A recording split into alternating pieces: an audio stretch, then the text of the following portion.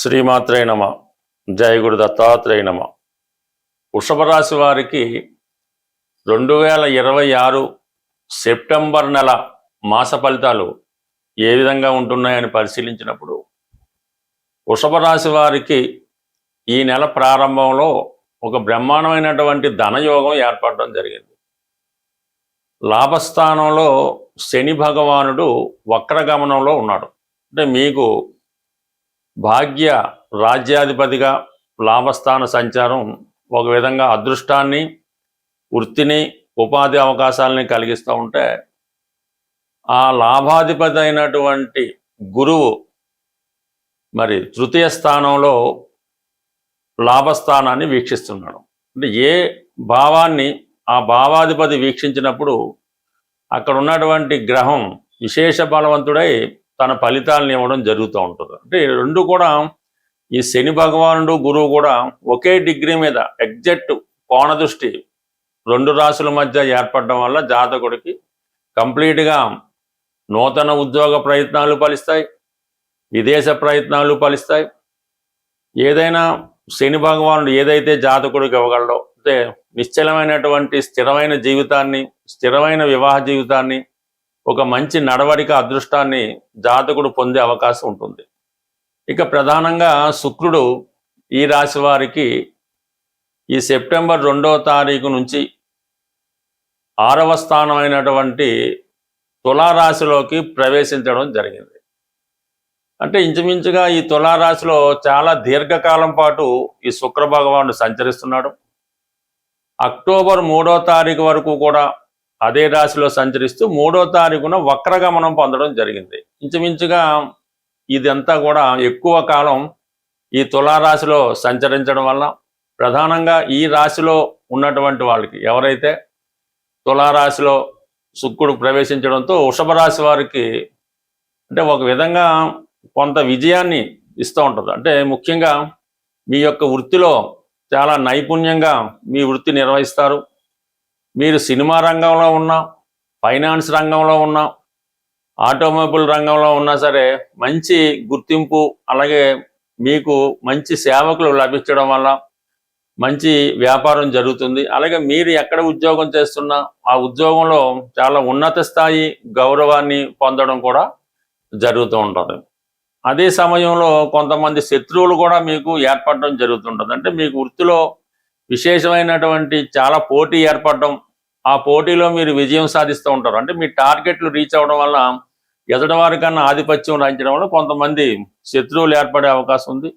ప్రధానంగా ఈ రాశిలో ఉన్నటువంటి స్త్రీలకి కొంతవరకు వారి యొక్క ఉద్యోగ ప్రయత్నాలు ఫలించినప్పుడు కూడా ఆరోగ్య విషయంలో చాలా జాగ్రత్త వహించవలసి ఉంటుంది.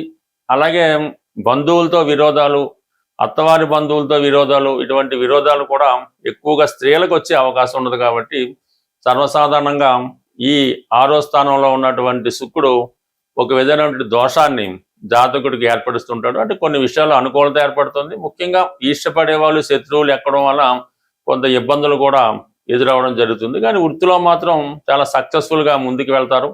అయితే వ్యాపార వర్గంలో ఉన్న వాళ్ళు మాత్రం కొంత జాగ్రత్తగా పడవలసింది. అంటే ఉద్యోగపరంగా ఓకే, 6వ స్థానంలో బలమైనటువంటి శుక్రుడు ఉద్యోగానికి సపోర్ట్ చేస్తాడు. అంటే వ్యాపారానికి మాత్రం కొంత ఇబ్బంది కలిగిస్తుంటాడు. కాబట్టి వ్యాపారస్తులు పోటీదారుల నుంచి ఎక్కువ పోటీ ఎదుర్కోవాల్సి ఉంటుంది. ఇంకొక ప్రధాన గ్రహం ఏంటంటే కుజుడు ప్రస్తుతం కుటుంబ స్థానంలో ఉన్నాడు మీకు.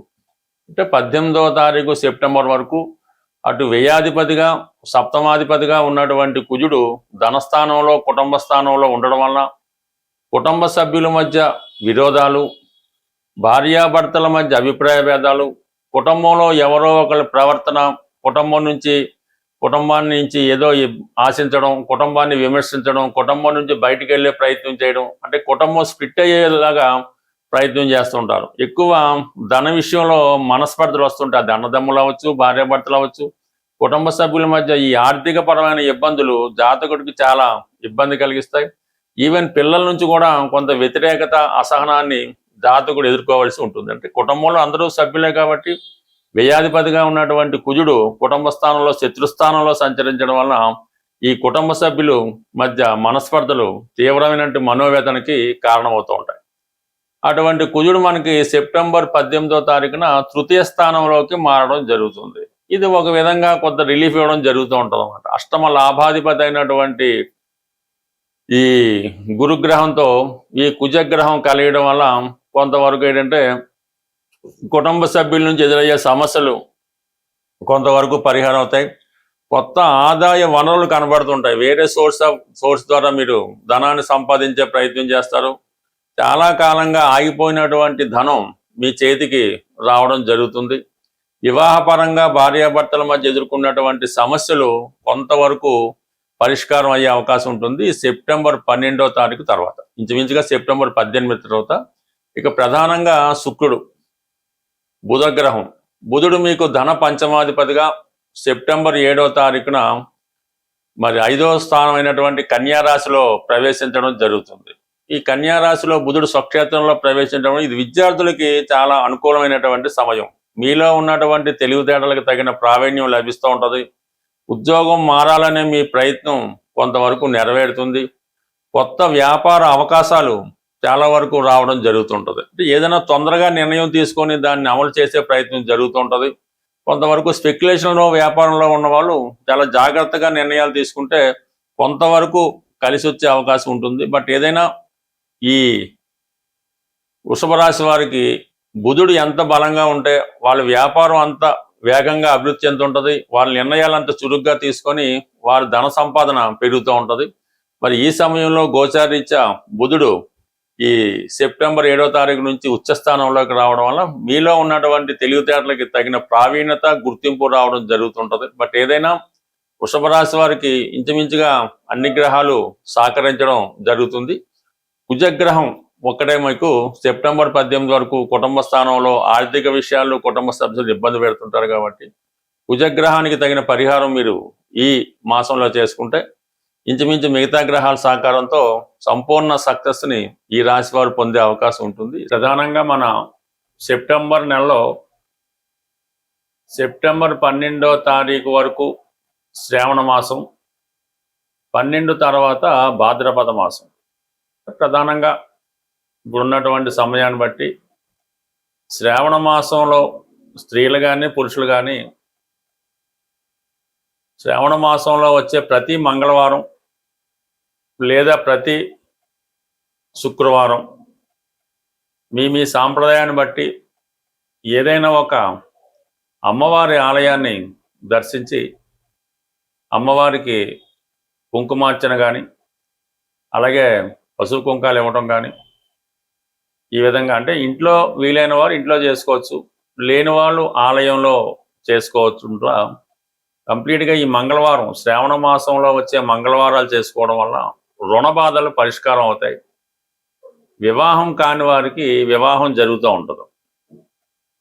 అలాగే శుక్రవారం చేసుకోవడం వల్ల శ్రావణ మాసంలో అది సౌభాగ్య యోగాన్ని, ధనాన్ని, సంపదని ఇవ్వడం జరుగుతుంది. ఇంకా ప్రధానంగా మనకి భాద్రపద మాస ప్రారంభంలో వచ్చే వినాయక చవితి ఇది 100% ప్రతి వారు చేసుకోవాల్సింది. అంటే మీరు చేస్తున్నటువంటి పనులు మధ్యలో ఆగిపోతున్నా అసలు జీవితంలో ప్రోగ్రెస్సే లేదు అనుకున్న వాళ్ళు మీ స్థాయిని బట్టి ఈ వినాయక చవితి చేసుకోవడం వల్ల లేదంటే సమూహంగా వినాయక చవితి చేసే చోట కూడా మీరు వినాయకుని శ్రద్ధలతో చేసుకోవడం వల్ల వినాయకుని యొక్క నిమజ్జనంలో పాల్గొనడం వల్ల ఈ ఆటంకాలు, సంకటాలు తొలగి పూర్తిగా ముందుకు వెళ్ళడం జరుగుతూ ఉంటుంది. ఇంకోటి ఏంటంటే ప్రధానంగా ఈ సెప్టెంబర్ 27 నుంచి అక్టోబర్ 10 మధ్యలో అంటే మహాలయ పక్షాలు, దాంట్లో పితృపక్షాలు అంటారు. ఇది జీవితంలో చాలా ఇంపార్టెంట్.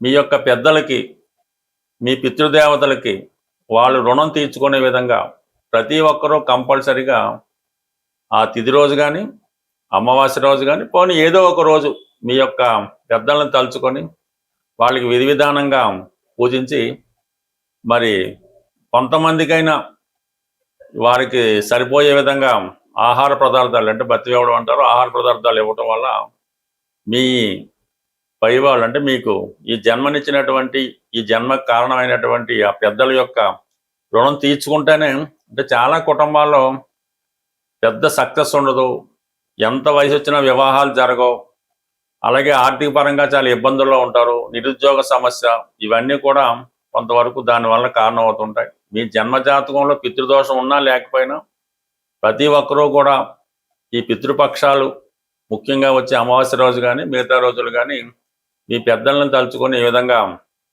ఈ దానాలు అవి చేయడం వల్ల, ఏమీ కుదరని వాళ్ళు కనీసం ఆవుకైనా తృప్తిగా ఆహారం పెట్టడం వల్ల మీ పెద్దలు సంతృప్తి చెంది ఆ శుక్రగ్రహ అనుగ్రహంతో సంపూర్ణంగా మీ యొక్క సమస్యలకి పరిష్కారం దొరుకుతుంది. బట్ ఏదైనా ఈ జాతకాలు, ఈ గోచారం నమ్ముతున్న వాళ్ళు మాత్రం కంప్లీట్గా ఈ చేసుకోవాల్సి ఉంటుంది. అంటే మనకి ప్రధాన దేవతలు ఎంతో, పితృదేవతలు కూడా అంతే. కాబట్టి కంప్లీట్గా ఈ సెప్టెంబర్ 27 టు అక్టోబర్ 10 మధ్యలో ఏదో ఒక రోజు మీకు అనుకూలంగా ఉన్న రోజు తప్పకుండా చేయండి. వీలైతే అమావాస్య రోజు కూడా చేయడం వల్ల మరింత మంచి ఫలితాన్ని పొందడం జరుగుతూ ఉంటుంది. స్వస్తి.